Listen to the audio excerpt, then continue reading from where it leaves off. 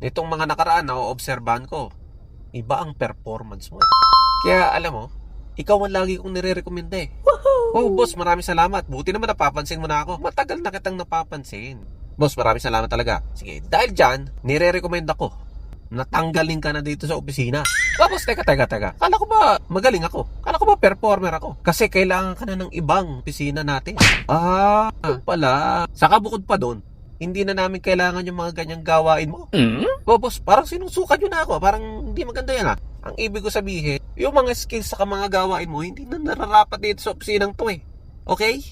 Kasi ibang level ka na talaga. Boss, thank you. Nakakataba ng puso, naririnig ko sa inyo yan, di ba? Saka yung attitude mo. Boss, attitude? Oo, naiinis na ako sa attitude mo kasi.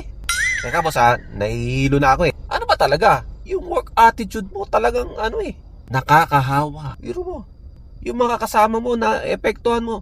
Okay boss. Salamat ulit boss. Kaya simula bukas, doon ka na sa kabilang opisina magtatrabaho. Okay? Teka boss, ano bang position na tatrabuhin ko doon? Doon sa kabilang opisina, ikaw na ang staff, ikaw na ang supervisor, ikaw na rin ang manager, ikaw na rin ang officer, ikaw na rin magpapasahod sa sarili mo, ikaw na rin magme-maintain sa sarili mo.